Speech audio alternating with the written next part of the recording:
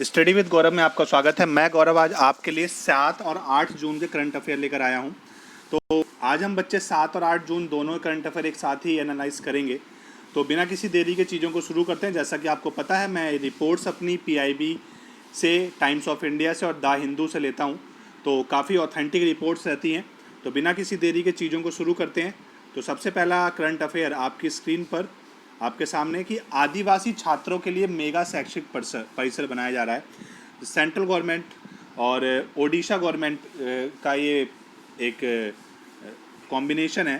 तो ओडिशा गवर्नमेंट ने जनजातीय जिलों में एक मेगा शैक्षिक परिसर का निर्माण करने की योजना बनाई है, जहां पर छात्रों को शैक्षणिक तथा खेल कौशल दोनों से संबंधित शिक्षा प्रदान की जाएगी।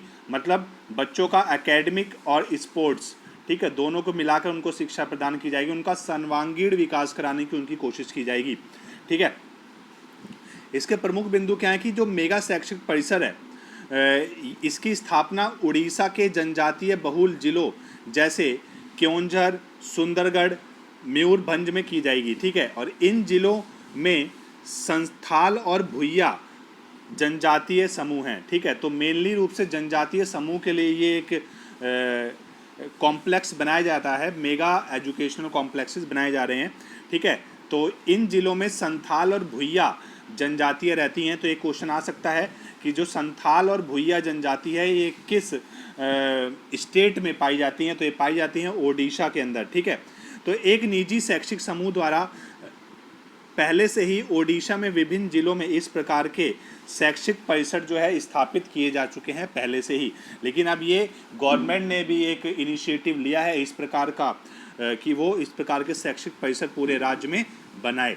ठीक है, तो नेक्स्ट न्यूज़ पे हम बच्चे चलते हैं। मानव रहित विमान प्रणाली नियम। तो जो मानव रहित विमान प्रणाली नियम है ये मिनिस्ट्री ऑफ सिविल एविएशन के द्वारा की जा रही है कि अनमैन्ड एयरक्राफ्ट सिस्टम, ठीक है, 2020 ये अधिसूचित किया गया है। तो इसके लिए इंडिया के अंदर जो ड्रोन इंडस्ट्री है उसको काफ़ी ज़्यादा बढ़ा टाइम में हम देख सकते हैं कि जो होम डिलीवरी में चीज़ें होती हैं वो ड्रोन से हमारे घरों तक पहुँचे। ठीक है, जैसे अमेज़ॉन कई देशों में ड्रोन से होम डिलीवरी करता है। तो आगे आने वाले समय में ये इंडिया में भी देखने को मिल सकते हैं कि ड्रोन से कई कंपनियां अपने सामान को होम डिलीवरी के थ्रू पहुंचाएं। तो एक इसका मसौदा तैयार किया गया है मिनिस्ट्री ऑफ सिविल एविएशन के द्वारा। ठीक है, तो इसमें केंद्र सरकार ने क्या कहा है कि जो मानव रहित विमान के उत्पादन, आयात, व्यापार और स्वामित्व और संचालन के विनियमित करने हेतु नियम अधिसूचित किया गया है। नगर विमान मंत्रालय ने 30 दिनों के भीतर मसौदा मानव रहित विमान प्रणाली नियम 2020 पर सार्वजनिक टिप्पणियां आमंत्रित की हैं, जिसके बाद अंतिम नियम जारी किए जाएंगे। ठीक है, तो ये सारी चीज़ें हम यहाँ पर देखने को मिलेगी। तो ड्रोन इंडस्ट्री में काफ़ी ज़्यादा बढ़ावा देखने को हमें मिलने वाला है आने वाले समय में। ठीक है, क्योंकि जो अनमैन्ड एयरक्राफ्ट सिस्टम है वो ड्रोन से ही रिलेटेड है। ठीक है, तो कुछ चीज़ें और देखते हैं कि ड्रोन के क्या क्या प्रकार होते हैं, कितने प्रकार के ड्रोन होते हैं। तो एक होता है नैनो ड्रोन। जो नैनो ड्रोन होता है बच्चे वो 250 ग्राम का होता है। एक होता है सूक्ष्म ड्रोन। सूक्ष्म ड्रोन इससे थोड़ा सा बड़ा, तो ये 250 ग्राम से अधिक लेकिन 2 किलो से कम होता है। एक होता है लघु ड्रोन। तो जो लघु ड्रोन है इसका वजन 2 किलोग्राम से 25 किलोग्राम तक रहता है। एक होता है मध्यम ड्रोन। तो जो मध्यम ड्रोन है इसका वजन 25 किलोग्राम से 150 किलोग्राम तक रहता है। एक होता है विशाल ड्रोन। विशाल ड्रोन का जो वजन है वो 150 किलोग्राम से अधिक होता है। ठीक है, और ड्रोन को मानव रहित विमान भी कहते हैं, अनमैन्ड एरियल व्हीकल भी कहते हैं। ठीक है, तो ये आपका स्टैटिक जीके में क्वेश्चन पूछा जा सकता है कि अनमैन्ड एरियल व्हीकल किसको कहा जाता है? तो ये ड्रोन को कहा जाता है। ठीक है, चलते हैं भाई नेक्स्ट न्यूज़ पर। ये बहुत ही इंपॉर्टेंट न्यूज़ है। ये न्यूज़ है भाई, येल विश्वविद्यालय द्वारा ये जारी किया जाता है पर्यावरण प्रदर्शन सूचकांक। तो जो पर्यावरण प्रदर्शन सूचकांक है 2020 का, ये जारी किया जाता है किसके द्वारा? येल यूनिवर्सिटी के द्वारा। और इस सूचकांक में जो भारत का नंबर है वो 168 है। कितना है भारत का नंबर भाई? 168 है। 180 देशों में से भारत का जो नंबर है वो 168 है। ठीक है, आप यहाँ पे देख पा रहे होंगे कि पर्यावरण प्रदर्शन सूचकांक में भारत 180 में देशों में से 168वें स्थान पर रहा है, जो कि बहुत ही खराब पोजीशन है भारत की पर्यावरण के क्षेत्र में। ठीक है, तो इसमें जो प्रमुख बिंदु हम देख रहे हैं यहाँ पर कि पर्यावरण प्रदर्शन सूचकांक येल यूनिवर्सिटी द्वारा centre for environment law and policy तथा कोलंबिया विश्वविद्यालय के centre for international earth sciences information network की एक संयुक्त पहल है। ठीक है, तो दोनों की एक पहल है, लेकिन जो जारी करने का जो काम है वो कौन लेता है? येल यूनिवर्सिटी लेता है। दोनों जब रिसर्च करते हैं इस काम पर तो ये दोनों मिलकर करते हैं। कौन कौन से? कोलंबिया विश्वविद्यालय और येल विश्वविद्यालय। ठीक है, तो ईपीआई एनवायरमेंट जो पॉल्यूशन इंडेक्स है, ईपीआई विश्व आर्थिक मंच वर्ल्ड इकोनॉमिक फोरम के सहयोग से ये चीज़ें तैयार की जाती हैं। ठीक है, तो पर्यावरण प्रदर्शन सूचकांक विश्व के विभिन्न देशों की सतत स्थिति का आकलन करके और उसमें प्रदर्शन आंकड़ों के आधार पर करता है। तो कई क्षेत्र में ये आकलन करता है कि कितना ज़्यादा कार्बन डाइऑक्साइड निकल रहा है देश में, कितना ज़्यादा नेचुरल रिसोर्सेज का ह्रास हो रहा है और कितना ज़्यादा वाटर पॉल्यूशन हो रहा है, एयर पॉल्यूशन हो रहा है, साउंड पॉल्यूशन हो रहा है।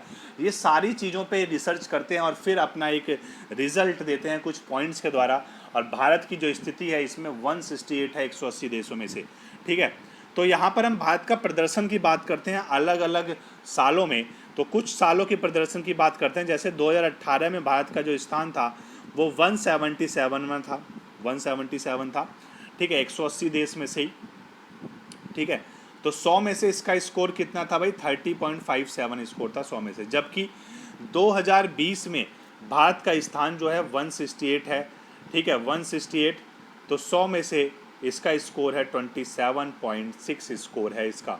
ठीक है भाई, तो भारत केवल 11 देशों से ही बेहतर स्थिति में है, जैसे बरूडी है, हैती, चाड, सोलोमन द्वीप, ठीक है, मेडागास्कर, गिनी, ऐसे बहुत सारे देश हैं। ठीक है, म्यांमार है, अफगानिस्तान है, जो हमारे आसपास देश हैं, म्यांमार, अफगानिस्तान, इनसे आगे है। ठीक है, तो अफगानिस्तान को छोड़कर जितने भी दक्षिण एशियाई देश हैं, भारत उन सब से पीछे है एक तरह से। आगे कह सकते हैं, अगर पॉइंट के हिसाब से हम कहें कि एक तरह से पीछे है, बहुत ही बुरी स्थिति में है इसका जो पर्यावरण इंडेक्स है। तो प्रमुख देशों की ईपीआई रैंक क्या क्या है देखते हैं यहाँ पर बच्चे। प्रमुख देशों की ईपीआई रैंक, जैसे डेनमार्क की नंबर 1 है ना। इसके बाद है लग्जमबर्ग का नंबर 2, अमेरिका 42, चीन 120, लाइबेरिया 180। तो सबसे एंड भी याद रखना है, जैसे चीन अमेरिका से अधिकतर भारत के रिश्तों को देखा जाता है, तो ये भी पूछा जा सकता है 42, 120। ठीक है, चाइना का लग्जमबर्ग का 2 और डेनमार्क का 1। ठीक है, तो ये सारी चीज़ें यहाँ पर अब देखते हैं दक्षिण एशियाई देशों की ईपीआई रैंक क्या है। तो दक्षिण एशियाई जैसे भूटान की 107 है, श्रीलंका की 109, मालदीव 127, पाकिस्तान 142। पाकिस्तान में भी प्रदूषण हमसे अच्छा है। ठीक है, तो ये कब से बहुत ही बेकार स्थिति है भारत की। नेपाल 145, 162, भारत 169। ठीक है, 169 और अफगानिस्तान का है 178। ठीक है, तो ये सारी चीज़ें हमने यहाँ पर देखी। अब नेक्स्ट न्यूज़ पर चलते हैं बच्चे। नगर वन योजना। नगर वन योजना क्या है? हाल ही में विश्व पर्यावरण दिवस पर पर्यावरण, वन एवं जलवायु मंत्रालय ने ministry of environment, forest and climate change द्वारा अगले 5 वर्षों में देश भर में 200 शहरी वन विकसित करने के लिए नगर वन योजना का कार्यान्वयन घोषणा किया गया है। कि शहर के क्षेत्र में, जो शहर के आसपास जो खाली ज़मीन है, ठीक है, उस पर जंगल बसाने का एक काम किया जाएगा। अगले 200 शहरों में ये काम किया जाएगा। इसके जो प्रमुख बिंदु है कि कोविड-19 महामारी के चलते इस वर्ष के थीम जो है नगर वन है। इस वर्ष की जो पर्यावरण की जो थीम है पर ध्यान केंद्रित करते हुए पर्यावरण जलवायु परिवर्तन मंत्रालय द्वारा विश्व पर्यावरण दिवस का आयोजन वर्चुअल रूप से किया गया है। ठीक है, विश्व पर्यावरण दिवस का आयोजन किया गया है वर्चुअल रूप से। ठीक है, इस योजना के क्रियान्वयन के लिए भुगतान राशि की व्यवस्था क्षतिपूर्वक वनीकरण कोष अधिनियम 2016 की निधि द्वारा की जाएगी। तो भुगतान राशि किसके द्वारा की जाएगी? वनीकरण कोष अधिनियम या कंपनसेटरी एफॉरेस्टेशन फंड एक्ट 2016 के द्वारा, या शॉर्ट फॉर्म में हम इसे कैंपा कह सकते हैं। क्या कह सकते हैं? कैंपा के द्वारा किया जाएगा। ठीक है भाई, तो इस योजना की शुरुआत सबसे पहले जो नगरीय योजना थी इसकी शुरुआत पुणे में की गई थी 2015 में, लेकिन अब इसको एक देशव्यापी स्तर पर ये खोला जा रहा है।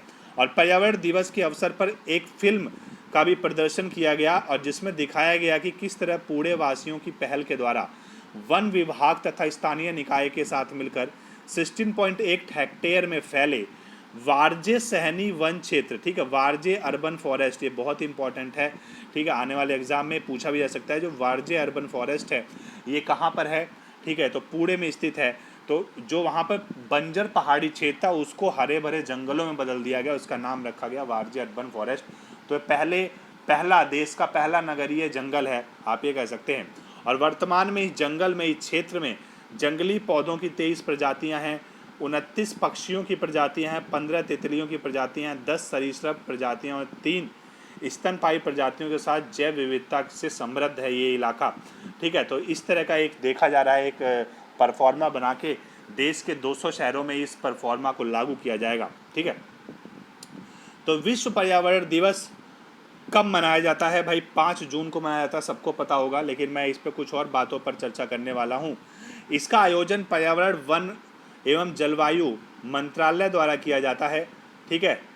तो ये जो पर्यावरण वन एवं जलवायु परिवर्तन मंत्रालय द्वारा किसके एक जो वर्ल्ड लेवल पे जो संस्था इसके लिए UNDP, United Nation Development Programme के द्वारा किया जा रहा है, ठीक है। तो घोषित थीम पर आधारित एक केंद्रित करते हुए किया जाता है, ठीक है भाई। तो एक वर्ड है भाई कार्बन सिंक, ठीक है, हमेशा न्यूज़ में रहता है और ये साइंस रिलेटेड वर्ड है कार्बन सिंक। तो मैंने सोचा इसकी भी मैं जानकारी दे देता हूँ। अगर आपको विश्व पर्यावरण दिवस के बारे में जानकारी दे रहा हूँ तो देखते हैं भाई। कार्बन जो सिंक है वो एक वनस्पति क्षेत्र, एक जंगल या फिर एक फाइटोप्लैंक्टन समृद्ध समुद्र हो सकता है, ठीक है। फाइटोप्लैंक्टन समृद्ध समूह हो सकता है जो जीवाश्म ईंधन के फैलने से उत्पन्न कार्बन डाइऑक्साइड को अवशोषित करने में सहायक होता है, ठीक है। तो फाइटोप्लैंक्टन एक प्रकार का भाई पौधा होता है, ठीक है, फाइटोप्लैंक्टन, ठीक है, जो कि बहुत ही बड़े लेवल पर कार्बन को क्या कर लेता है, अवशोषित कर लेता है। तो कार्बन सिंक का मतलब है एक ऐसे वनस्पति क्षेत्र, एक ऐसे पौधे या ऐसे एल्गी, ठीक है, जो कि कार्बन को क्या कर लें, अवशोषित कर लें, ठीक है ना। इसी को हम क्या कहते हैं, कार्बन सिंक कहते हैं। तो कार्बन सिंक के माध्यम से कार्बन डाइऑक्साइड को क्या करते हैं, निष्कासित करने की प्रक्रिया और कार्बन सिक्वेंशन के रूप में की जानी चाहिए, ठीक है। तो ये कार्बन डाइऑक्साइड से संबंधित है, कार्बन डाइऑक्साइड को निष्कासित कर लो या अवशोषित कराने की जो प्रक्रिया है इसी को हम बच्चे कार्बन सिंक के नाम से जानते हैं, ठीक है।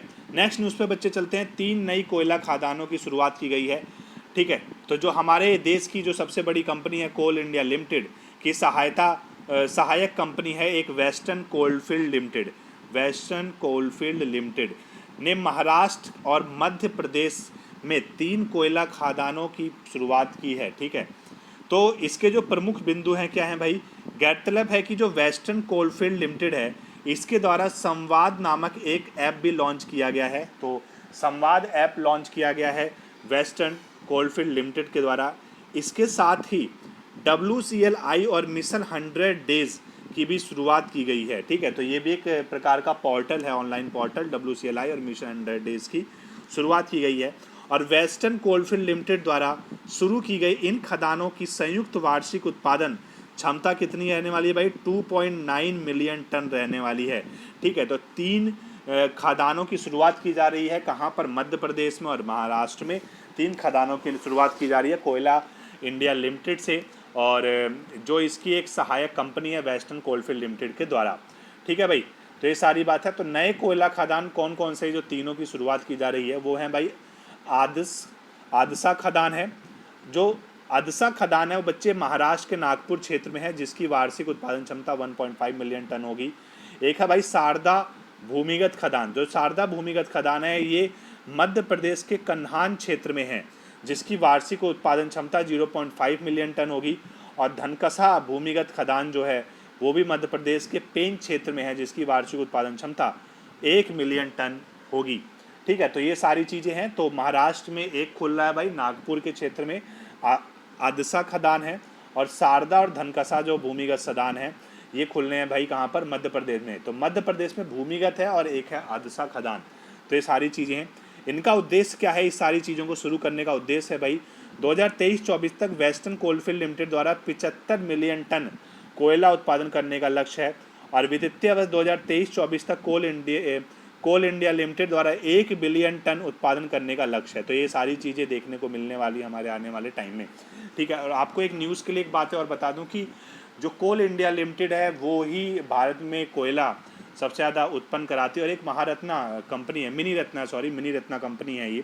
और एक जो इम्पोर्टेंट बात है कि भारत में जो ज़्यादातर बिजली का उत्पादन होता है वो कोयला से होता है आज के टाइम पर भी। तो इस पर अभी गवर्नमेंट विचार करिए, धीरे धीरे जो कोयला का जो कंजप्शन हम धीरे धीरे कम करेंगे और नवीकरणीय स्रोतों से हम बिजली को बनाने की कोशिश करेंगे, ठीक है। चलते भाई नेक्स्ट न्यूज़ पर, रिचर्ड डॉकिंग अवार्ड। तो रिचर्ड डॉकिंग अवार्ड किसको मिला है वो देखते हैं। तो रिचर्ड डॉकिंग अवार्ड भारत के प्रसिद्ध गीतकार और प्रख्यात लेखक जावेद अख्तर को मिला है, ठीक है। तो रिचर्ड डॉकिंग अवार्ड से इन्हें सम्मानित किया गया है। तो जावेद अख्तर को यह पुरस्कार प्राप्त करने वाले पहले भारतीय हैं, ठीक है। तो रिचर्ड डॉकिंग अवार्ड को प्राप्त करने वाले पहले भारतीय हैं। और यह पुरस्कार विज्ञान में दिया जाता है, शोध, शिक्षा तथा मनोरंजन के क्षेत्र में दिया जाता है, ठीक है। तो ये 4 क्षेत्र में दिया जाता है, विज्ञान, शोध, शिक्षा और मनोरंजन के क्षेत्र में ये पुरस्कार बच्चे दिया जाता है, ठीक है। जिसने सर्वाधिक रूप से तर्कसंगत होकर धर्म निरपेक्षता के प्रति कार्य किया है उनको ये पुरस्कार दिया जाता है। यह पुरस्कार प्रसिद्ध अंग्रेज विकासवादी जीवन विज्ञानी रिचर्ड डॉकिंस के नाम पर दिया जाता है, ठीक है। तो जीव विज्ञानी थे ये रिचर्ड डॉकिंस। और रिचर्ड डॉकिंग ऑक्सफोर्ड यूनिवर्सिटी में एक प्रोफेसर थे जिन्होंने क्रेटनिज्म, सृष्टिवाद के मुखर आलोचक थे, ठीक है। जावेद अख्तर का जन्म 17 जनवरी 1945 को मध्य प्रदेश के ग्वालियर क्षेत्र में हुआ था। तो ये सारी कहानी मैंने बताई। रिचर्ड डॉकिंग अवार्ड किसको मिला है, जावेद अख्तर को मिला और ये प्रथम भारतीय हैं, तो इसलिए ये इंपॉर्टेंट है भाई। तो आने वाले एग्जाम में ये अवार्ड पूछा जा सकता है और किस क्षेत्र में दिया जाता है ये भी पूछा जा सकता है। विज्ञान, शोध, शिक्षा और मनोरंजन, इस क्षेत्र में इस अवार्ड को दिया जाता है। नेक्स्ट न्यूज़ पर चलते हैं, स्पंदन अभियान है। तो स्पंदन अभियान अभी हाल ही में छत्तीसगढ़ सरकार ने राज्य में पुलिस कर्मियों की मानसिक तनाव और डिप्रेशन को कम करने के लिए स्पंदन नाम से एक अभियान की शुरुआत की है। तो ये पुलिस कर्मियों के लिए शुरू किया है कि उनके मानसिक तनाव और डिप्रेशन को कम किया जा सके। चूँकि देखा गया कि राज्य में अभी हाल ही में पिछले 1 से 1.5 साल में लगभग 50 पुलिसकर्मी आत्महत्या कर चुके हैं। तो इन सब चीज़ों को देखते हुए राज्य सरकार ने एक मानसिक तनाव और डिप्रेशन को कम करने के लिए इस स्पंदन अभियान की शुरुआत की है। इस संबंध में राज्य के वरिष्ठ अधिकारियों को मनोचिकित्सकों या मनोवैज्ञानिकों द्वारा अवसादग्रस्त अधिकारियों और कर्मचारियों के लिए परामर्श और चिकित्सा उपचार के बारे में दिशा निर्देशों का सख्ती से पालन करने का निर्देश दिए गए हैं। इस कार्यक्रम के दौरान परामर्श सत्र, संगीत और योग थेरेपी की व्यवस्था की जाएगी। योग कक्षाओं के संचालन के लिए स्थानीय योग शिक्षकों का सहयोग मांगा जाएगा। तो ये सारी चीज़ें हैं, एक स्पंदन अभियान है जो पुलिस के लिए छत्तीसगढ़ सरकार द्वारा शुरू किया है। नेक्स्ट पे चलते हैं बच्चे, विश्व खाद्य सुरक्षा दिवस। जो विश्व खाद्य सुरक्षा दिवस है वो 7 जून को हर वर्ष मनाया जाता है। और ये जो है वर्ल्ड फूड सेफ्टी डे, इस दिवस का आयोजन का जो मुख्य उद्देश्य है ये सुरक्षित खाद्य मानकों को बनाए रखने के बारे में जागरूकता प्रदान करता है और खाद्य जनित बीमारियों के कारण होने वाली मौतों को कम करता है। उल्लेखनीय है कि जो 7 जून 2019 को पहली बार विश्व खाद्य सुरक्षा दिवस मनाया गया, ठीक है। तो 2019 में ही सबसे पहली बार ये मनाया गया 7 जून 2019 को, जिसे संयुक्त राष्ट्र महासभा द्वारा दिसंबर 2018 में पारित किया गया था। और कृषि संगठन फूड एंड एग्रीकल्चर ऑर्गेनाइजेशन के सहयोग से ये अपनाया गया सबसे पहली बार। तो सबसे पहली बार 2019 में मनाया गया, पारित कब किया 2018 में दिसंबर में, और अब की बार ये दूसरी बार है 7 जून 2020 को विश्व खाद्य सुरक्षा दिवस मनाया जाता है। तो यहीं पर बच्चे हम वीडियो ख़त्म करते हैं।